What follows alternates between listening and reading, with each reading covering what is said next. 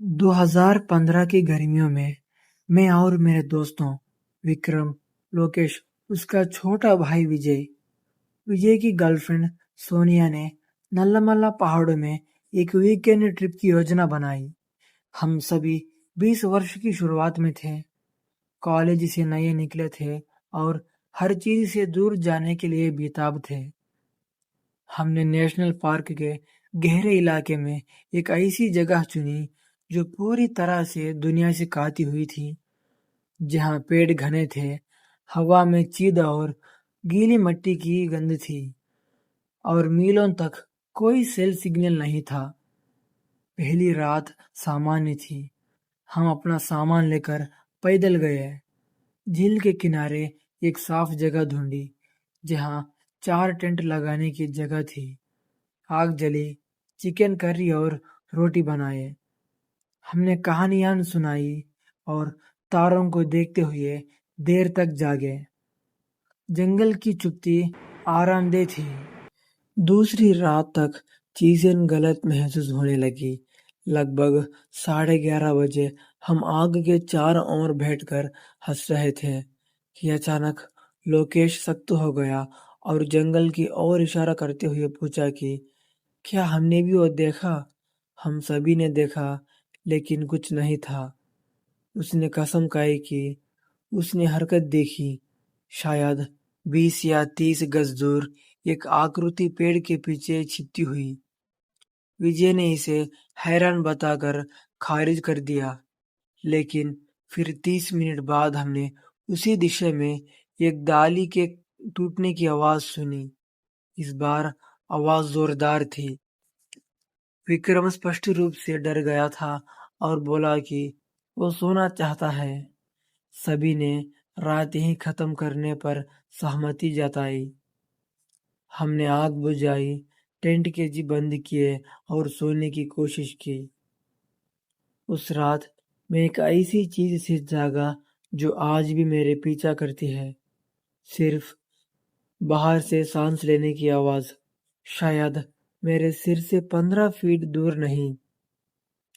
पहले मैंने सोचा कि मैं अभी भी आधे सपने में हूँ, लेकिन ये जारी रही। मैं 4 अन्य लोगों के साथ था, इसीलिए ये उनमें से कोई भी पेशाब करने बाहर गया हो सकता था। लेकिन मुझे पानी की आवाज नहीं सुनाई दी, सिर्फ सांस लेने की आवाज। सांस लेने की आवाज लगभग किसी बूढ़े व्यक्ति जैसी लग रही थी, जो बहुत ज्यादा धूम्रपान करने से हाँफ रहा हो। मैंने अपनी टॉर्च की ओर बढ़ा, लेकिन उसे जलाने की हिम्मत नहीं हुई। सांस लेने की आवाज टेंट के एक तरफ से दूसरी तरफ चली गई और फिर रुक गई। मैंने बिना एक शब्द कहे इंतजार किया, क्योंकि यही एकमात्र चीज थी जो मैं कर सकता था। चूंकि सांस लेने की आवाज अचानक बंद हो गई, मुझे राहत महसूस हुई कि मेरा यह सोचना सही था कि यह मेरा कोई दोस्त पेशाब करने गया था। इसीलिए आखिरकार मैं सो गया। सुबह मैंने कुछ नहीं कहा, ना ही विक्रम ने। लेकिन जब हम नाश्ते के लिए मिले, तो लोकेश के चेहरे पर चिंतित भाव था, जैसे वो हमें कुछ बताने के लिए बेचैन हो। उसने कहा कि कल रात कोई हमारे टेंट के बाहर था। सोनिया ने सिर हिलाया और कहा कि उसने भी ये सुना था, और कहा कि जो भी था वह टेंट के चारों ओर एक से ज्यादा बाहर घूमा और यह एक से ज्यादा लोग हो सकते थे। मैंने पूरे समूह से पूछा कि क्या कोई कल रात पेशाब करने उठा था, या शायद यही हमने सुना होगा। विजय ने जवाब दिया कि वो पेशाब करने गया था, लेकिन उसने सुबह 5 बजे आग वाली जगह एक पास के लेकिन उसने सुबह 5 बजे आग वाली जगह के पास एक आकृति झुकी हुई देखा। हमने इलाके की तलाश ली और हमें जमीन पर पैरों के निशान मिले, जो चारों टेंट के चारों ओर चक्कर लग रहे थे। लेकिन एक जगह जहाँ मिट्टी थोड़ी गीली यानी कीचड़ जैसी थी। एक पैर का निशान बिल्कुल स्पष्ट रूप से एक नग्न इंसान पैर का था, जूते या बूट का नहीं। इसने पूरी बात को और भी अजीब बना दिया। वे निशान जंगल में जाकर गायब हो गए। हमने इसके बारे में मजाक करने की कोशिश की, कहा कि शायद ये कोई पागल हिकर या शरारती व्यक्ति का था, लेकिन ये मजाक जिसे नहीं लग रहा था। हमने इलाके की तलाश ली और जमीन पर पैरों के निशान मिले, जो चारों टेंट के चारों ओर चक्कर लग रहे थे। लेकिन एक जगह जहाँ मिट्टी थोड़ी गीली यानी कीचड़ जैसी थी, एक पैर का निशान बिल्कुल स्पष्ट रूप से एक नग्न इंसान पैर का था, जूते या बूट का नहीं। इसने पूरी बात को और भी अजीब बना दिया। वे निशान जंगल में जाकर गायब हो गए थे। हमने इसके बारे में मजाक करने की कोशिश की, कहा कि शायद ये कोई पागल हिकर या शरारती व्यक्ति का था, लेकिन ये मजाक जैसे नहीं लग रहा था। उस रात हम एक बहुत बड़ी आग के चारों ओर बैठकर देर तक बातें कर रहे थे। हमने अपनी टॉर्चें पास रखी।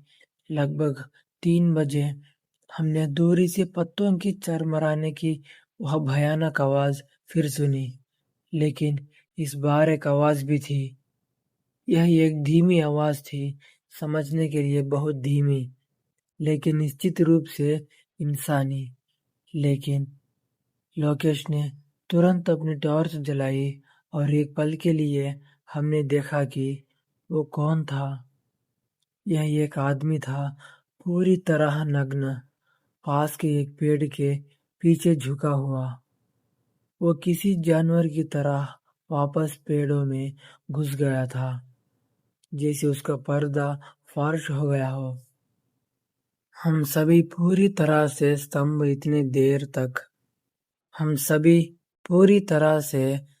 इतने देर हुए थे कि अपने टेंट में जाने के लिए अलग होने की भी हिम्मत नहीं हुई। खुले में हम पांचों के एक साथ रहने से सुरक्षित महसूस कर रहे थे। सोनिया ने सामान बंद कर वहां से जाने का सुझाव दिया, लेकिन लोकेश और मैं कहा कि यह एक भयानक विचार था। इतनी देर रात कैंप पैक करना और कार तक वापस जाने का रास्ता ढूंढना न केवल बेहतरीन मुश्किल होगा, बल्कि बेहतरीन डरावना भी होगा, इस डर से कि वह आदमी हमारे पीछे आ रहा है। वो रात अब तक की सबसे भयानक रात थी और शायद मेरी जिंदगी की सबसे बुरी रातों में से एक। मुझे एक सेकंड की भी नींद नहीं आई। मैं पूरी तरह जाग रहा था और शायद इसी ने मुझे या कम से कम मेरे सामनों को बचा लिया। कितने भी घंटे बीत गए थे जब मैंने दूर से डाली के टूटने की आवाज या पत्तों के चरमराने की आवाज सुनी। मैंने जोर से बोला, काश यह एक हैरान हो। कुछ पालों की छुपी गुजरी इससे पहले कि जंगल से एक आवाज आई, मैं तुम लोगों को देख रहा हूँ। यह मेरे किसी दोस्त की आवाज नहीं थी। मुझे नहीं पता था कि मेरे दोस्त जाग रहे थे और उन्हें भी ये सुना था, लेकिन मैंने उनमें से किसी की कोई प्रतिक्रिया नहीं सुनाई। इसीलिए मैं अनुमान लगाता हूँ कि प्रतिक्रिया देने वाला एकमात्र व्यक्ति बनने के डर से मैं चुप रहा। लेकिन जो अगला हुआ, मैंने उसकी कभी उम्मीद नहीं की होती। मैंने अपने टेंट को बहुत हल्के से हिलते हुए महसूस किया, जिससे मैं एकदम उठ बैठा और टेंट के जिप की ओर देखा, और वह धीरे धीरे नीचे खुलने लगा। मैंने जोर जोर से चीखना शुरू कर दिया, जिससे मेरे दोस्त भी चीखने लगे। जो भी मेरे टेंट के दूसरी तरफ था शायद भाग गया, लेकिन मैं निश्चित नहीं कह सकता। बस इतना पता है कि हम सभी ने टेंट के थ्रू चिल्ला चिल्ला कर एक दूसरे से बात की। मैंने जिप को वापस पूरी तरह से ऊपर कर दिया और मुझे उस रात फिर से ना तो सांस लेने की आवाज और ना ही कदमों की आवाज। मैं सोया नहीं। मैंने देखा कि कैसे सुबह का सूरज धीरे धीरे जगह को रोशन कर लेगा। सुबह होते ही हमने सब कुछ पैक किया और कार तक वापस जाने के लिए हाइकिंग शुरू कर दी। तनाव हमें रेंज स्टेशन पर भी नहीं छोड़ रहा था। हमने उन्हें सब कुछ बताया। रेंजर ने ध्यान से सुना, फिर कहा कि उन्हें रिपोर्ट्स मिली है कि एक आदमी शायद एक से ज्यादा वहां जीवन कर रहे हैं। कुछ ने कहा कि वे चीजें चुराते हैं और कुछ ने और भी बुरा बताया। मैं नहीं जानता और भी बुरा क्या है। हमने पूछा नहीं। हमने कार में इसका मजाक उड़ाया, लेकिन ये वास्तव में मेरे लिए मजाकिया नहीं लगा। मुझे नहीं लगता कि मैं उसके बाद कभी भी, खासकर जिप वाली घटना के बाद, कभी कैंपिंग पर जा सकूंगा।